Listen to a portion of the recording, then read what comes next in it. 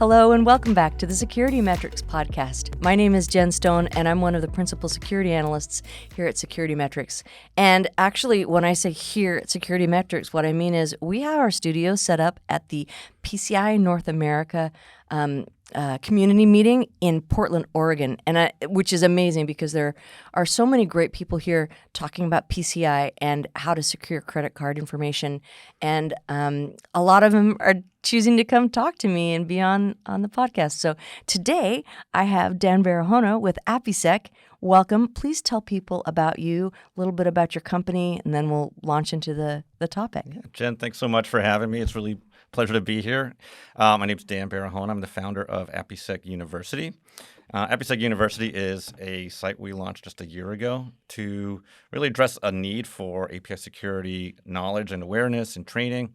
And it looks like we've hit a nerve. APIsec University just hit its 1-year birthday, and we've got over 50,000 students enrolled. Wow. In 1 year, that's amazing. In 1 year, over 75% of the Fortune 100 are enrolled in our courses. We started with one course, now we've got about 5 or 6.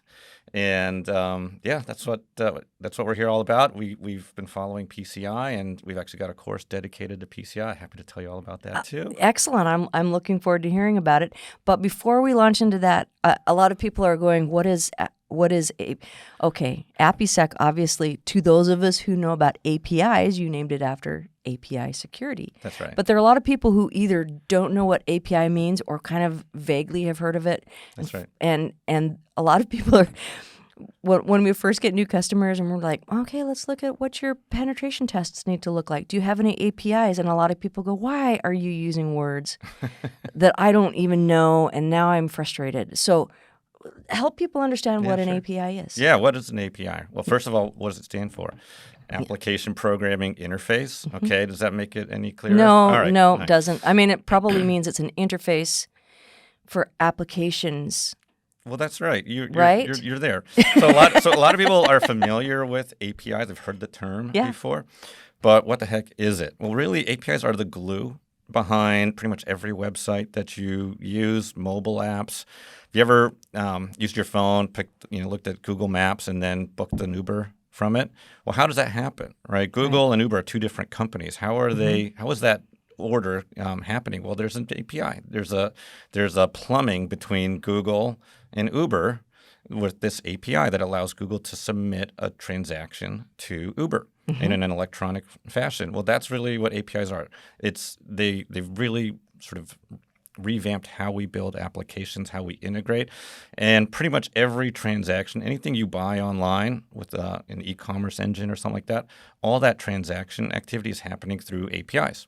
Right, whatever you're buying, your credit card information, that's all being handled through these APIs. Right. And so APIs are incredibly powerful. They enable fantastic functionality, and they have caught the attention of hackers and attackers as well. Well, and that makes sense because anytime you have some kind of a handoff, hackers are going to look at that and go, maybe instead of handing off all of that information where it's supposed to go, you could hand off part of it to me and make it go this way, right? So tell me more about the attacks that we're seeing on APIs. Yeah, it's really quite remarkable. I'll give you some stats to start, right? So first of all, API adoption is rampant. There's a stat from about, 3-4 years ago from Akamai.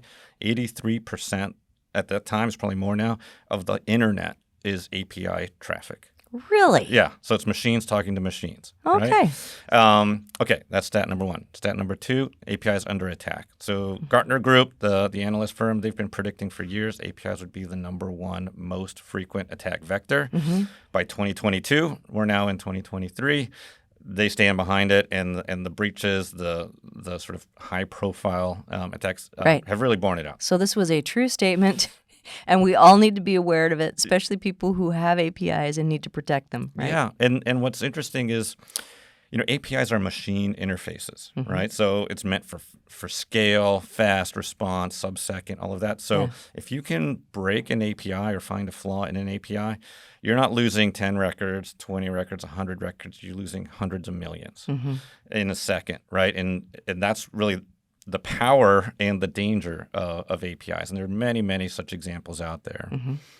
I can actually give you a few if you're interested. Yeah. Oh, for sure. We always like to hear the bad stuff. Well, so, this is not finger pointing. APIs are a different kind of threat. Yeah. Right? And if there's like one tip that I can leave your audience with, we rely a lot on our user interfaces, our web interfaces, our mobile apps. Yes. Not just as presentation layers, but actually as security enforcement. Okay. Right? What do I mean by that? Well, our UIs are good at controlling what we can see, what data we can view, what fields, what buttons we have access to. And those UIs are powered by APIs.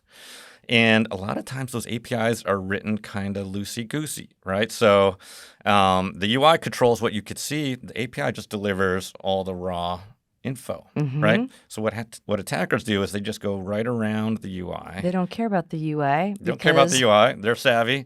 And guess what? Those API calls are totally discoverable. Wait, you just said an API call, Yeah. which is something we hear a lot. But what is an API call? Yeah, so I'll give you an example. So Venmo, the payment platform, they had a feature on their homepage that would show you like the most recent 10, 20 transactions on their platform. And they would strip out all the sensitive bits, right? Well, some researcher looked around and said, oh, that's kind of interesting. I wonder how that's happening, and discovered an API call being made from the website to the back end to fetch those most recent 10, 20 transactions. All right, so then what do? They tried to call the API directly, and it worked. And what did the API return? All the details. Oh, no. Okay? This is a perfect example. The UI was doing the job of stripping out the info. The API was just like, okay, you asked for the last 10 transactions. Here they are. Just give it to you. Right. So, UIs need to be limited to presentation. They're not security stack. Your APIs need to be written in a way to prevent that kind of disclosure from happening. And for a lot of merchants, they don't know. They're relying on somebody to do something that they have a hard time examining. So they might look at the UI and say, yes, we are only seeing the information that we want people to see, without the ability to really look into what is the API calling. That's right. And this sort of brings up maybe tip number 2, which is zero trust, right? So zero trust kind of everywhere. In this context, what we're talking about is don't trust, if you're using third-party APIs, which a lot of people are, don't trust the data that they're giving back to you. All right, what does that mean? Don't use it? No, it just means, does the data that you're getting back match what you're looking for, right? So, for example, let's say you have an API or a feature of your website where people create a profile. And maybe one of the fields of your profile is, what's your LinkedIn URL, right? Pretty normal stuff. Well, imagine I go in and I don't put my LinkedIn URL. I put in like a script. Right? That's like, show me your password file, right? /Etsy/password or something like that. Yeah. You should not trust the input that I'm providing you unless it matches what you're looking for. So if I don't give you what looks like a LinkedIn URL, don't accept it, right? Just toss it aside, reject it. And that sort of philosophy is really critical for APIs. Like, you should validate everything, even from your trusted partners. Right. And validating and sanitizing is something we have a little bit of familiarity with because of requirement 3 talks about that, when you're talking about storing data and taking inputs. And so there's, even though it might feel like a brand new different thing, there are corollaries. There are other ways that we can look at this information that can help people who are super unfamiliar with APIs be a little bit more familiar. That's right. And the reason why we're here at this event is PCI is really, taking APIs seriously, especially with DSS 4.0. Yes. I'm new to PCI myself. Okay. I learned a lot about it. I actually created the course on API security for PCI compliance, which you're welcome to check out on our website. But DSS 4 says a lot about APIs. And as you point out, right, I think, historically, DSS has had a lot to do with, finding where your, PAN data is and, PII and all the other sensitive information, being aware of where it is and how it's being used. What was interesting to me was in the prior version of DSS 3.2.1, I just did a simple Control F and searched for API. Didn't find anything. Nope, because it's not in there. The acronym did not exist until now. Well, it existed. I'm just saying in the DSS, it didn't. Exactly. They didn't specifically target that name. I know that the security controls applied to APIs, but not in as explicit a way. It was you had to really understand a little bit about your technologies to understand that, and it's nice. It's always nice to get a little more additional guidance, especially for people who don't have that full breadth of knowledge and understanding. And so, so when you wrote this, PCI has some of its own language and things. How so you went through and learned enough about PCI to be able to create the course on protecting APIs. Can you tell me a little bit more about that? Yeah. So I just sort of, sat down and read the whole dang thing. And just went section by section by section. As one should. Well, there's no better way than just getting your hands dirty with it. Yeah. And you're absolutely right. Like in 321 doesn't mention APIs, but it does mention software and custom software and bespoke software, and that all carries through into 4.0. And what's new in 4.0, of course, 4.0 is way bigger than the prior edition. I think it's 400 pages or something like that. I'm excited about writing those reports. Yeah. No, it's good. I think a lot of the changes they made are really good, and I'm actually excited about because there's additional embedded guidance within the report, and I think that tends to make things longer. That's right. And what you find in the report is there are explicit mentions of APIs, and we, of course, cover those in the course. We've actually created a worksheet to help folks kind of extract, understand section by section by section. Brilliant. And have kind of a questionnaire, like things they should ask themselves about their own readiness around APIs. But it goes beyond the specific sections that specifically mention APIs. And that's because wherever you see words like custom and bespoke software, that has to include APIs. Absolutely. The thing I like to say is if the API is in scope for your attackers, it needs to be in scope for you. Absolutely. Yeah. Right? Do I love that you said it that way, because people, one of the things that is the big struggle, especially for first-time PCI people, is what is my scope? Is this in scope? And using a threat model is how I personally like to tease out what is scope, if it can be attacked, if you can control it, if you have responsibility for making sure it's secure. Of course, that's going to be in scope. And I love that you figured that out and made it clear for people on the API front. Yeah, no, it's really true. And like no one would argue with you if their website, the web application, was in scope. Of course it's in scope. This is how you use our service. This is how you transact. This is what our whole company is all about. Right. Well, an API, like the I, is interface, just like a web interface. It's a machine interface, but it's an interface just the same. Some people call it a website for machines. Yeah. That's what an API is, right? That's a really great way to put it. Yeah, so it's super relevant. So wherever you see around DSS, custom and bespoke software, you got to be thinking all the things that you already do plus APIs, right? And the reality is that's what attackers are looking at, right? And there's something about APIs that are especially attractive for attackers. And what that is APIs expose the raw functionality that exists in your application, right? So if I'm selling shoes, APIs are how we allow you to find shoes, discover shoes, review shoes, buy shoes, ship shoes, all of those things, right? But APIs are kind of like almost like stem cells, right? So they give you this raw access to back-end functionality, and they can perform all kinds of relatively wonderful things. Unfiltered. Yeah. So it not only exposes the legitimate use cases for your application, but it also exposes any warts and vulnerabilities and unexpected use cases. And one of the big attack vectors is what we call business logic flaws. So business logic flaw is just a way of using your application in unintended ways. Okay. Right. So I'll give you another example. This we see. I'll give you two examples. So one was with Coinbase, right? So it's a crypto trading platform. Yeah. And this researcher, like an attacker will do, basically created an account and discovered the API calls and how transactions were being run. Well, every time they tried to sell any kind of crypto, the API call, which he could see, had 4 parameters in it. What was the object, right? Ethereum, Bitcoin. What were they doing, selling or buying? Source account, destination account. So what did they do? They started calling the API directly, going around the UI. And the thing about APIs is you can do whatever you want, right? There's no like a UI will control what you can do, right? There are only so many buttons that only perform so many things. But in an API call, if you can dream it, you can send the request. And if the API, if the backend doesn't know if it's legitimate or not, it's going to process it. So what did this person do? They changed the asset that they were selling. They had Ethereum. They sold it as Bitcoin. Right?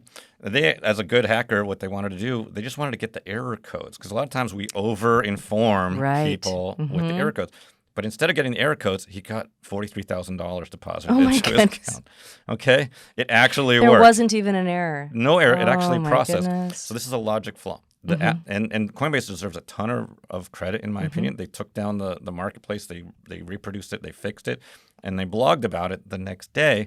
And in the blog, they said the root cause was missing logic validation check. Which just means there wasn't logic in the backend to say, are you selling something that you own? Right? Not really a problem if you're only using the UI.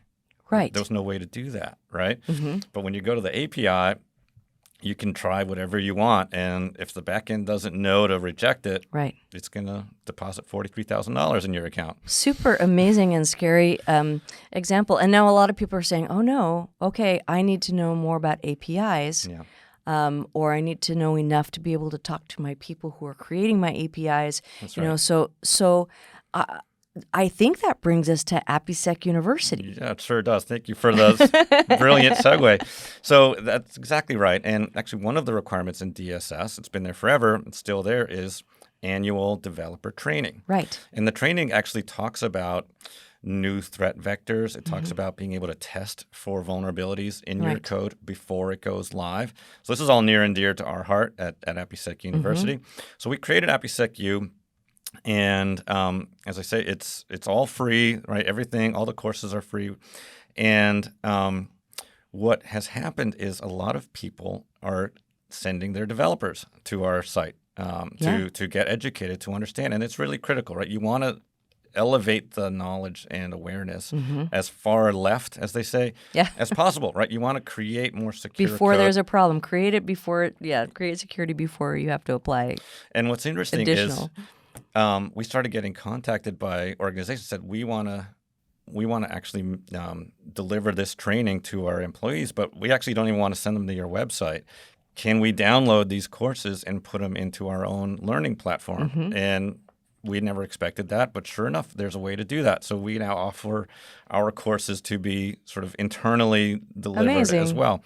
But the main point is, there's a ton of need for education. We've put this content out there. It's exceptionally high quality. I only say that because the feedback is remarkable. We've had plenty of folks look all around and say nothing comes close to what we've got here on APIsec University. So I'm really proud of that. And every course that we have has a certification, a badge. You have to pass quizzes. And people are real proud to put those on their LinkedIn profiles. And it's really rewarding to see so many thousands of people, registering, completing the courses, and elevating their awareness of API security risks. Well, I'm going to go look it up after today when I finish talking to all the people. But I know we said that we weren't going to do anything salesy, but you're giving people so much free stuff. I want to hear about the other part of APIsec. Please tell me what else you've got going on. To make life easy, it's also called APIsec, but not university. It's APIsec.ai. Okay. And one of the big requirements or gaps in APIs is, how do you find those vulnerabilities, right? How do you look for them? And the technologies we've used in the past aren't really API savvy. They're not looking for the types of things that cause API breaches. So APIsec is a testing technology. So what it does is it looks at your APIs, it understands what your APIs do, what the functionality they have, and it auto-generates thousands of attack scenarios. And it basically pressure tests your API across all of these different attack vectors to tell you where you have issues, where you have an authentication flaw or an authorization gap or a business logic flaw. And unlike, say, a pen test that's pretty common that you might do once or twice a year, of course, you're not pushing code out once or twice a year. You're pushing code out once or twice a week or a day. Or continually. Exactly. So because this is an automated technology, it actually can run as fast as your it can keep pace with your development. So a lot of folks will actually integrate this technology into their CI/CD pipeline. So if you're doing a nightly build, you're testing nightly as well. Great. And that's what we're all about at APIsec. Oh, fantastic. This has been a really good conversation. Before we wrap it up, is there anything we missed or anything exciting coming up with you? Or Gosh, there's so many tips and tricks. One thing I would just say is if you want to get started, we have a course called API Security Fundamentals. Mm-hmm. It's really great. It's 90 minutes. It's not going to take too long. Great. It'll go through a bunch of those real-world examples. It goes through what's known as the OWASP API Security Top 10, which is kind of the Bible of security threats. Uh-huh. We go through that. And a bunch of other things, but at the end of the course, we have a bunch of do's and don'ts. And these are really good tips for, how you should be managing APIs, how you should be developing APIs.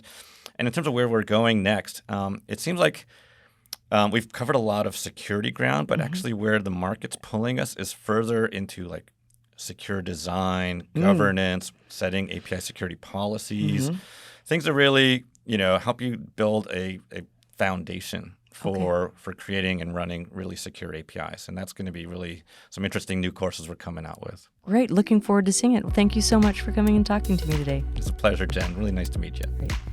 Thanks for watching. To watch more episodes of SecurityMetrics podcast, click on the box on the left. If you prefer to listen to this podcast, it's available on all your favorite podcast platforms. See you on the slopes.